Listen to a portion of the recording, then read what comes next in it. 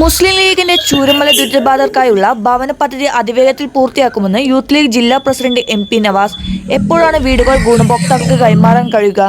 മുണ്ടക്കൈ ചൂരൽമല ഉരുൾപൊട്ടൽ ഉണ്ടായ ആ നിമിഷം മുതൽ മുസ്ലിം ലീഗിന്റെയും അതുപോലെ തന്നെ യൂത്ത് ലീഗ് വൈറ്റ് ഗാർഡിന്റെയും നേതൃത്വത്തിൽ രക്ഷാപ്രവർത്തനങ്ങളിലും അതിന്റെ തുടർ പ്രവർത്തനങ്ങളിലൊക്കെ വളരെ സജീവമായി ഇടപെട്ട ഒരു പാർട്ടിയാണ് ഇന്ത്യൻ യൂണിയൻ മുസ്ലിം ലീഗ്. ആ പ്രദേശത്തെ ജനങ്ങളോടുള്ള പ്രതിബദ്ധത മുസ്ലിം ലീഗ് പാർട്ടി എക്കാലത്തും സൂക്ഷിക്കുന്നുണ്ട്. അതിന്റെ ഭാഗമായിട്ടുള്ള പുനരധിവാസത്തിന്റെ ഭാഗമായിട്ടുള്ള നിർമ്മാണ പ്രവർത്തനങ്ങൾ പുരോഗമിച്ചുകൊണ്ടിരിക്കുകയാണ്.